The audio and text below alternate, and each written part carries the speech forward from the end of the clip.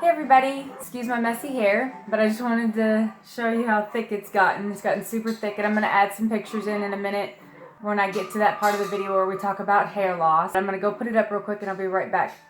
Alright, so I'm back. Sorry I've been gone for so long. I have gotten so many messages on am I going to do an update video for YouTube, and I just realized it's the end of May, and I could have swore I was like, oh, I just did a video recently, and then I looked and it's been like since January. Guys, I wrote down a whole bunch of things I want to talk about today. If this is the first video you're seeing, I do suggest you go back and watch my older videos. It'll answer so many questions. I'll give you a little bit of a backstory. I've been obese my whole life. I tried different diets. It did not work. I'm married, 4 kids. Started keto. Well, I didn't even know it was keto at the time. I was just doing, I was eliminating breads and pastas and sugars from my diet. On October 1st, 2016, I was 285 pounds. I lost a ton of weight that first year, but I didn't have a lot of knowledge. Like a low carb, and then I did a dirty keto, and then I went keto, then I went strict keto, and then I went carnivore last April. As I've progressed over time, I have learned a lot of things. So when some people watch my older videos, they're like, oh, that's not good for you, or do you know that this is going to happen? And I've kind of learned along my journey. I may have said somewhere in the past that I didn't like LaCroix, and now I drink LaCroix on a daily basis. Things change, people. I've been keto for 2.5 years, and I've been carnivore for a year. And I say adjusted carnivore because I'm not just meat and water. I do have cheeses, I have heavy cream, I have butter, I have coffee, I have tea. So I would say adjusted carnivore. The only thing that I can tell you right here off the bat, if this is your first video, is I have stayed under 20 net carbs for the last 2.5 years. It's actually been a little more than that. But I am very strict about that. Regardless of the calories, the fat to protein ratio, just staying under the 20 net carbs. I have no problem doing, and I'm reading from my little list here so I can stay on track. Also, a new thing it's not really new, but a goal that I've reached that I don't think I've shared this yet on YouTube, is I've been over 2.5 years now without eating any restaurant food or takeout coffees or things like that. And I made that decision on my own, 1, to help save some money, and 2, because I did not know what people were cooking their foods in at the restaurants and how I would be able to track that without a scale. Was denied life insurance because of my weight to height ratio. I'm glad to come back to you today and announce that at the end of March, I reapplied for life insurance and I got it.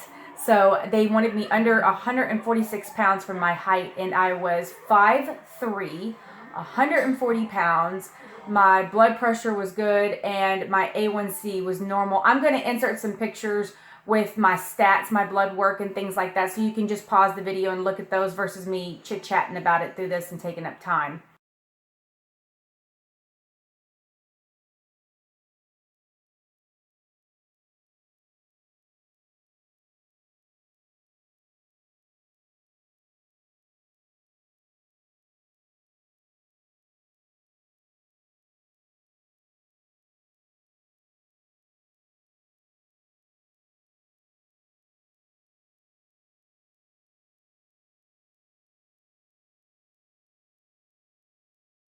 As far as carnivore goes, everybody's like, when did you start carnivore and how much weight did you lose doing carnivore?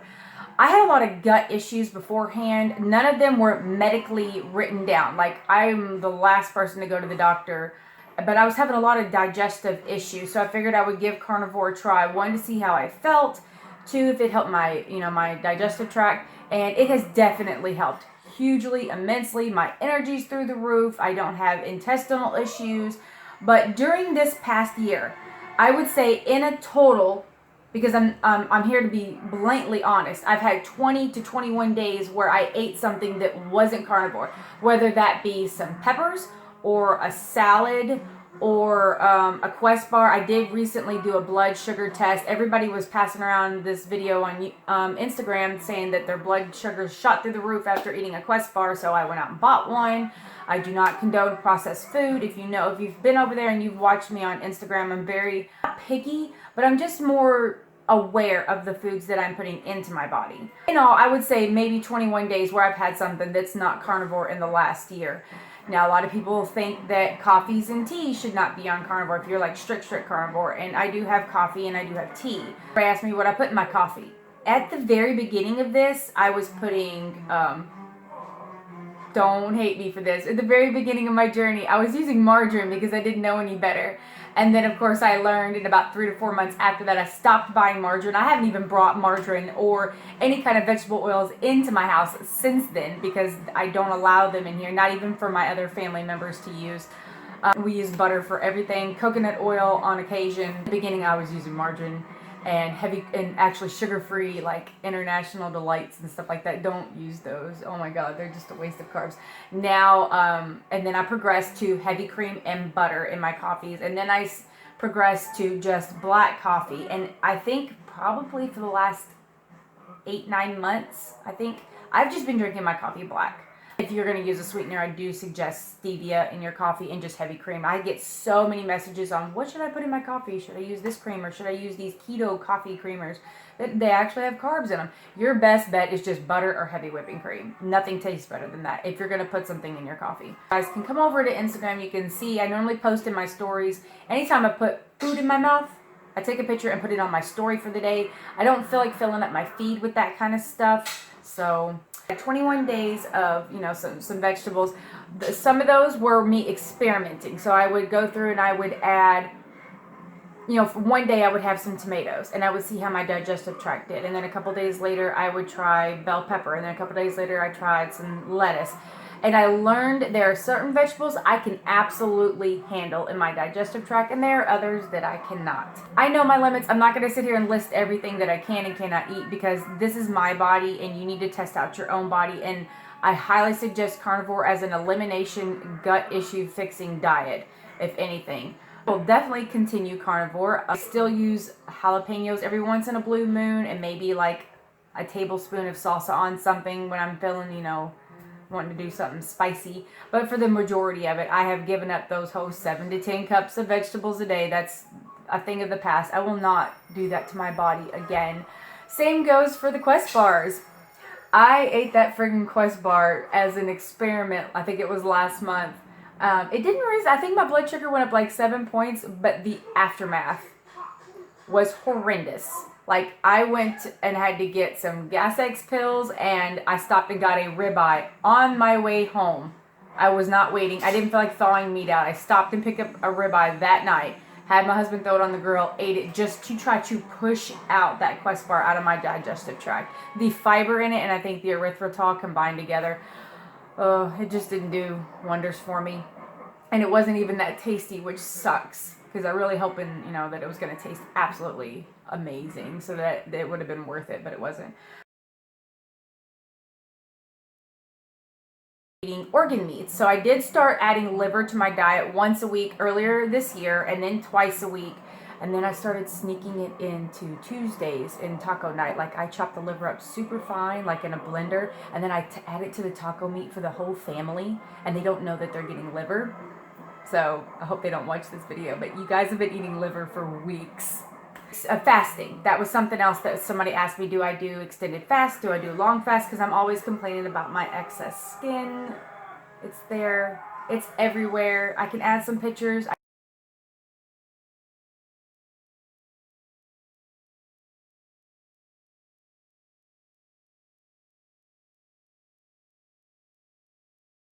My body has totally changed in the last 2.5 years, and I got stuck with a lot of skin, and that's my fault for eating crap my whole life.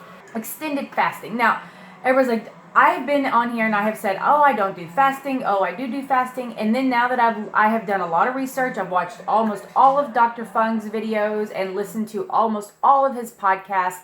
I did not know this, but I have been naturally intermittent fasting for quite a while. 16/8 is like the minimum. Maximum I have made it up to is 72-hour fast with just water and pink sea salt and potassium. Day 16/8 is nothing for me. Especially, I can go like 24. I can do one meal a day. That's nothing. And am I seeing results? I really don't know.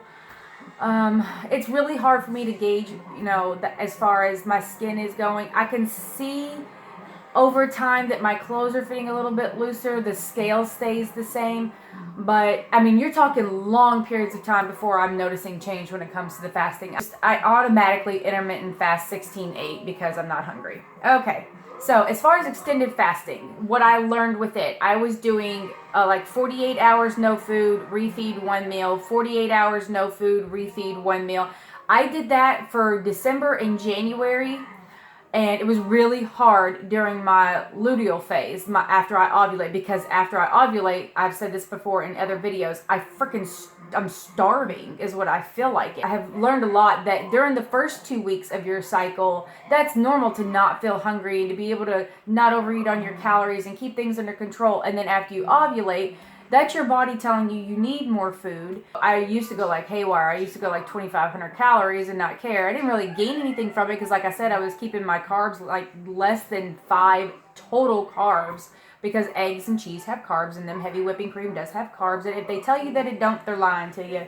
I noticed when I did extended fasts for the month, so more than 48 hours, or more than even 24 hours, my cycles got longer. So I went from like 30 to 31 day cycles up to 44 day cycles. It was, I don't know if that's bad or good. I was hoping for the autophagy from it to clean out my body, which is always a good thing, correct? You know, but it pushed my cycles further and further out. Then when I went back to just, 1 meal a day or 16/8 or 24 with my fasting, my cycles went back to like 28 to 31 days. It kind of, it varies.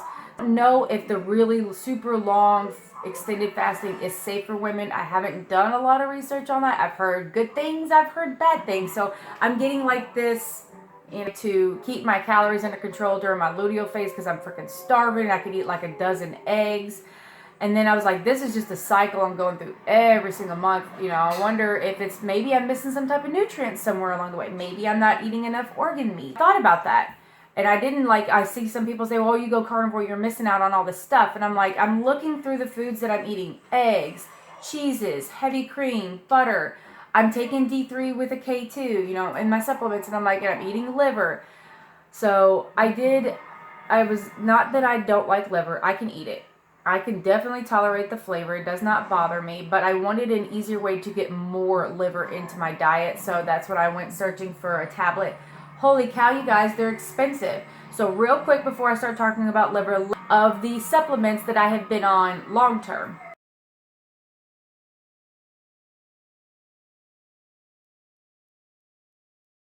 On there are on my supplements that I take. I only take a little bit of the magnesium right before bed. The potassium I add to my foods. I use pink salt on stuff. And the D3 with K2, I think 4 or 5 drops of that right before dinner. So, because it's a fat soluble vitamin, you need to take food with that. And then this is something new. So this wasn't in the picture. And I went around and I did some research, and I needed something affordable, you guys. 1 income, family of 6 over here trying to get by, okay? So I found this. First, there are better brands out there than this one. However, this one says 100% Argentine beef liver, free-range, grass-fed, hormone-free, desiccated, defatted, non-GMO, gluten, wheat, and dairy-free. This is the best that I can afford right now. So, I'm sure you're going to say there's something better out there. This is what I can afford. Now, I started this at the end of March. I think it was March 26th. I started with 1 pill a day. And I just wanted to see how I felt. It does say recommended 3 tablets a day. But I started with 1. And wasn't thinking about it, and a week later I just realized, I looked through my app, and that I hadn't been eating as many calories as usual. Now, I don't know, I didn't know at first if this was doing that or not. I started really paying attention and tracking. I was taking one of these with like an egg or a piece of cheese when I broke my fast, and then I would wait a couple hours to sit down and eat my dinner, and I was fulfilling. Like, I wouldn't overeat on my calories. I'm still hitting my macros. You guys, do not buy these thinking that they are some type of magical diet pill and skip meals by taking desiccated liver. That is not what you do. You're going to miss out on nutrients. You're going to miss out on protein. Your hair is going to start falling out, things like that. So don't think that this is magical. This is just something that I added to benefit what I'm already doing. First 2 weeks of my cycle, stayed under my calories. No hunger issues, was still taking 1 a day. I've been into my luteal phase now over a week, and I am taking, when I break my fast, I take a pill with like a little piece of cheese, or I'll eat a hard-boiled egg with this, because you need food with this when you take it. And I haven't been eating like crazy wild over my calories. Like 14 to 1650 is normal for me, but on my luteal phase, I was hitting 2,000 to 2,400 calories because I was just not satiated. These have definitely helped. Well, I mean, I won't take more than one a day because one, money, they're expensive, and two, I don't want to miss out on eating real foods because I feel so full after taking these. So I do highly suggest, put some organ meats into your diet if you can.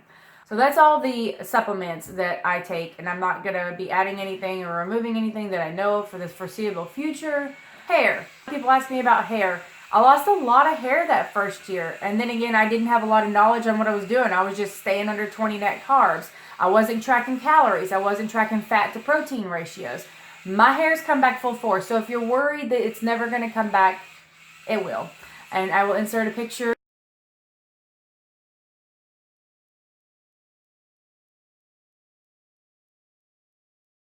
You can see where my hair was super, super thin, and now it's growing back, and it's always growing. I chopped it off.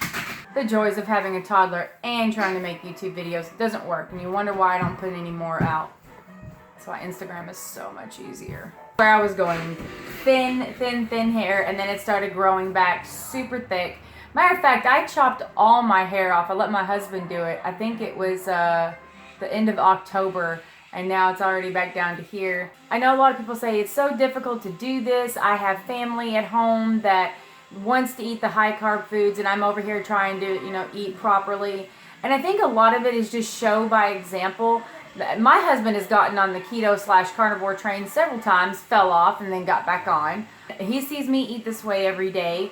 He did give up Mountain Dew, though. That's something he didn't go back to, and I'm really proud of him for that. But he has a really hard time going over 6 months without having some type of a carb refeed. And then he falls off the wagon, is what they call it. And I don't know why I can do this long term. I think I get a high from the energy. So I guess I'm using keto-carnivore as a drug if you want to look at it that way. But I really do love the energy that I get from it, to be able to keep up with my kids, and the sleep quality, and just I feel amazing. I mean, I have a lot of excess skin, but I absolutely feel great. And I think I thrive off of that, and that's what keeps me going. And I hope it continues. I heard a lot of people that after they hit their 1 year mark, they fall off, or they hit their 2 year mark and they fall off. A lot of people. Here I am over 2.5 years into this, and I'm like waiting. I'm waiting for my fall off the wagon point. And it just hasn't happened. And I really got to thank Instagram for that, because I think the community on there is what keeps me going.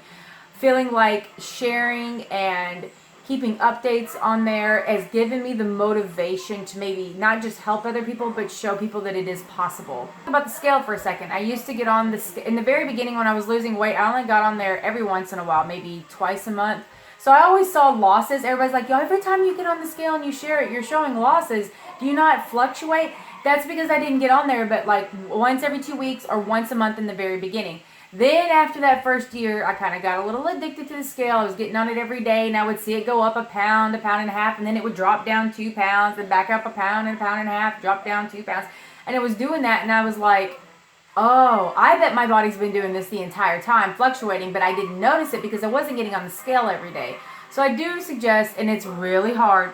I mean, it is really hard. Do not get on that scale every day, because you're going to see it fluctuate, and you could get disappointed from that, and that could also break you from, wanting to keep this up and keep this healthy lifestyle going. Now I get on the scale like once a month, and I know to get on it like 2 or 3 days after my period's over and the water bloat's gone. Then I get on there and I see that nice, beautiful number that's been the same constant for so long, and then I don't get back on it for the rest of the month, because I know in my luteal phase I'm going to eat a little bit more. I'm going to carry a little more water weight, especially during my period. So I'm smart, because you get on there and you see a higher number. It really does affect you sometimes. At least it affects me. I feel like, I feel like a slob day. Okay, workouts. In the beginning, all I did was walk. That's all I did. And then I started a little bit of cardio, fell off the cardio wagon super hard, smacked my face because it was just too much to do. and keep up with, and it got boring. And then I bought a weight set last year, and I started lifting, on a normal basis, and I got up to deadlifts of 50 pounds, and then I fell off that wagon, and I was like, oh, this is just too much, I don't want to do it. But I have for the last 4 weeks consecutively been lifting. I just don't overdo it. I felt like if I wasn't lifting as much as I possibly could, that it wasn't worth it. But I think lifting anything, no matter how small the amount, there's somewhat of a benefit to that. And everybody was like, if you intermittent fast and you reduce your sugars down to next to nothing and you lift weights, you can get rid of your skin. And some people are like, I've heard all kinds of things on how to come up with the money to reduce, to get the skin removal. And thank you, I appreciate it, but it's just not in my budget, y'all. It's not ever going to be in my budget. I have 4 kids and life, so I moan about my skin a little bit and complain about it on Instagram every once in a while, but that's my way of, venting. I have the right to complain about my skin a little bit, but then there's those people out there like, why are you complaining about it? At least you lost the weight. Yeah, I lost the weight. I've kept it off. My body is super healthy, but I think I still deserve to complain about some things every once in a while, like my skin. It's like I throw like a 24-hour pity party, and then I'm, the next day I'm fine. Do research, read, listen to podcasts. If you're going to sit down and watch a movie, sit down and watch something on YouTube. Most TVs, you can cast YouTube on them now, and you can just sit there and instead of watching a television show, you can maybe learn something. I do that all the time. My husband's like, you never watch regular TV anymore. Because I'd rather learn something along the way. So come over and see me on Instagram. See y'all later. Bye.